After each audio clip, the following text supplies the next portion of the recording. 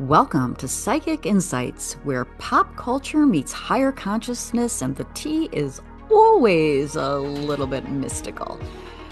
I'm Robin Richardson, your psychic girlfriend, and around here we don't just watch the drama unfold. We read the energy behind it, whether it's celebrity scandals, reality TV, chaos, or true crime with a twist.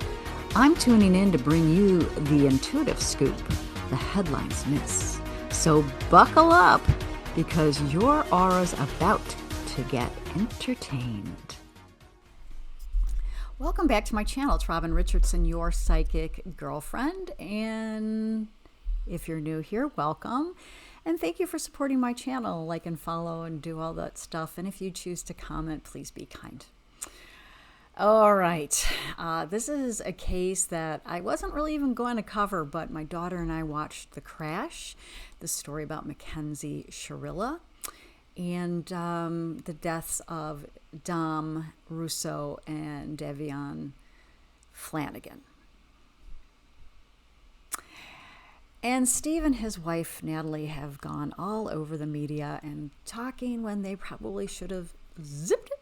But we're going to cover this. We're going to cover this today. We're going to talk about this today because the interview with Chris Cuomo and Steve Shirilla, it kind of hit, right? And if you haven't gone, go look at it, go watch it, and let me know what you think in the comment section.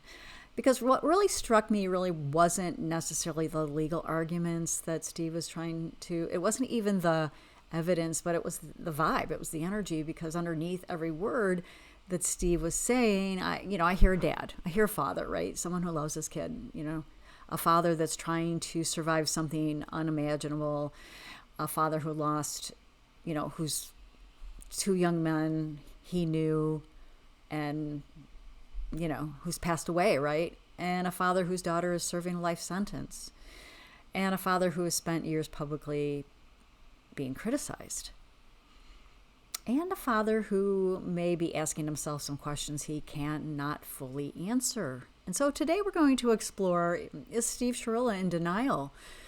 Is he minimizing the drug use? Did he fail as a parent? And I'm a parent. I don't know if you're a parent, but I think one of the things that we do as parents is we want to raise our kids to be good people, right? We can't possibly, fathom the events of what's happened with Mackenzie, his daughter. We're also going to ask, was the court correct? And what do our Lenormand cards have to say? And what we can learn from all this tragedy. And as always, this is not legal advice. This is not a retrial. This is really a discussion of energy, psychology, human behavior, and the deeper issues and lessons hidden inside public events like this. All right, so the first thing that really stood out to me when I listened to the interview is Steve repeatedly minimizes the marijuana use. He essentially says, I don't have a problem with marijuana. Sorry, not sorry, basically. So let's separate the facts from feelings, right? The fact is, in 2022, recreational marijuana was legal in Ohio. However, Mackenzie, his daughter, was underage. Drug use was occurring, and driving was occurring. And whether someone personally supports legalization is irrelevant. The issue isn't politics here. The issue is risk. And what struck me wasn't his opinion on marijuana, it was his response to accountability. Like every time Chris Cuomo pushed him, toward could you have done more, Steve moved towards what was I supposed to do? And that's an important distinction. So the cards I pulled for Steve were mice, clouds, snake, and woman. And immediately I saw something interesting, because these cards are not evil. These cards are not of manipulation. These cards are of emotional survival. And I asked, is Steve lying? And the answer is no. at least not energetically. The cards don't show a liar. They show someone who genuinely believes what he's saying, and that's different. And the cloud card, do we have that? Did I pull that? Yes. The cloud card often appears when someone can't see clearly because emotion is blocking that perception. So think about that. If Steve fully accepted every warning sign, every parenting decision, every choice his daughter made, what would that mean? He would have to revisit every moment of parenting, every conversation, every missed opportunity, every decision. And that's heavy. That's a heavy burden for anyone. Cloud suggests his perception may be filtered through grief, not deception. And I believe that. When I see this man, I see him broken down. I see him someone fighting for a narrative that he wants to believe and probably really does believe it. But it's not the narrative of truth, is it? And the hardest question is, did Steve fail as a parent? Now, before anyone gets upset, let's be honest. Every parent fails sometimes. I know I've lost Mother of the Year pretty much every year running. Every single one. So, every parent misses things, right? Every parent looks back and says, I wish I could have or should have or said this or done that. And the question is not whether he was perfect. The question is whether he's willing to look honestly at what happened. And this is where the cards become fascinating because we have the Tower. We have the Tower with the court. This is the legal system. This is authority, institutions.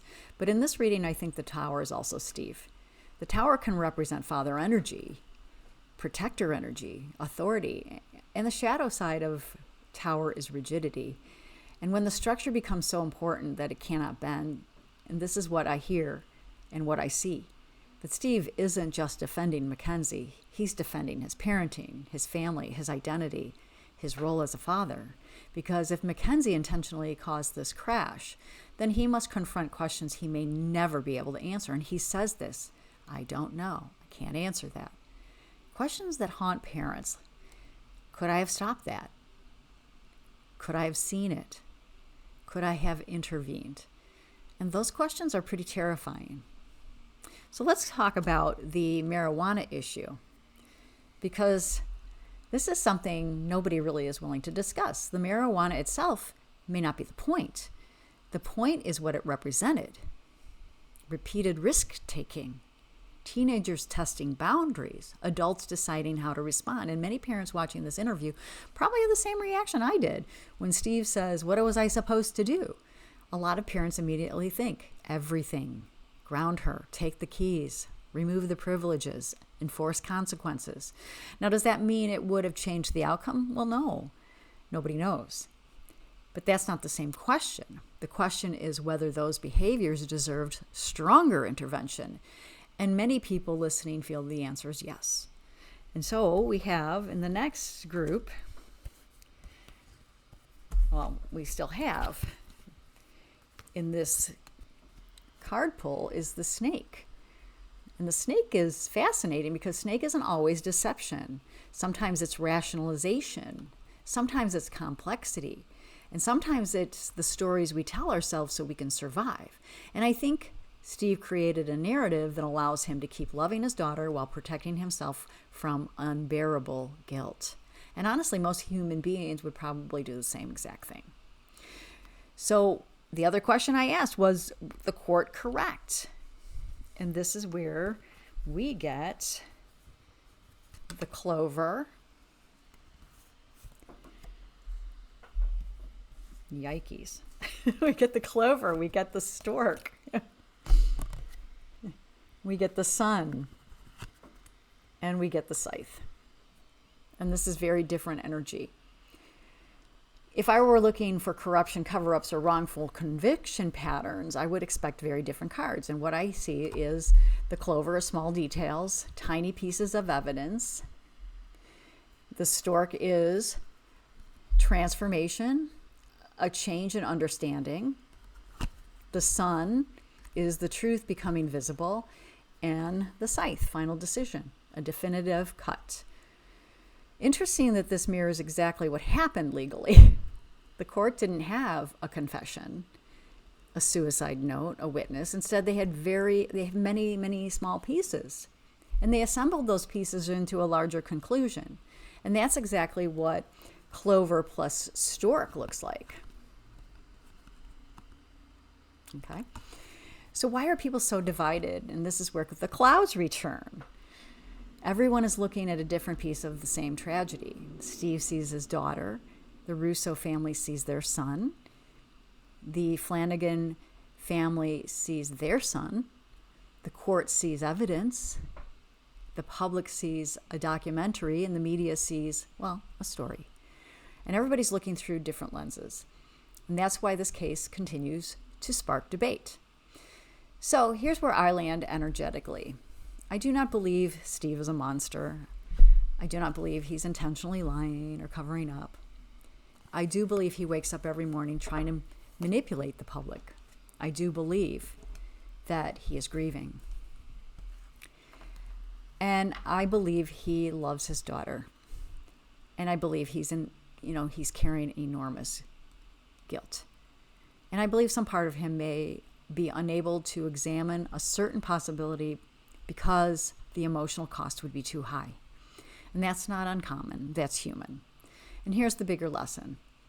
And it isn't actually about Mackenzie. It's about accountability. It's about how difficult it is to hold multiple truths at the same time. Can we hold compassion for Steve, compassion for Mackenzie, compassion for the boys, compassion for the families, respect the legal process, all at the same time? Most people pick a side, but life is rarely that simple. And when I look at the entire spread, the card that dominates the reading is not the sun, it's not the scythe, it's not the tower, it's clouds. And clouds say the truth exists, but everyone is viewing it through emotion. And perhaps that's why this case still grips people, because it forces us to confront questions that we don't have easy answers for. Questions about parenting, questions about accountability, questions about grief, questions about love, and the questions about whether we can truly see the people closest to us clearly, because some of the hardest truths aren't the ones about strangers. They're the ones about the people we love the most. So, what do you think in the comments? What do you think? Is Steve protecting his daughter, protecting himself, or both? Let me know what you think. And remember, be kind, because these are real people experiencing real human things, whether we agree or disagree. And for me, if I were to guide Steve, I would say, you know what? Stop the media stuff. Go get some help to face what's actually happened, and maybe some truths about yourself and about Mackenzie. And when you can face those, then maybe on some level you can heal. And that would be the biggest gift to your daughter. I'm Robin Richardson, your psychic girlfriend. Please like and follow and subscribe if you haven't already. And I appreciate your support. And I'll see you in the next one.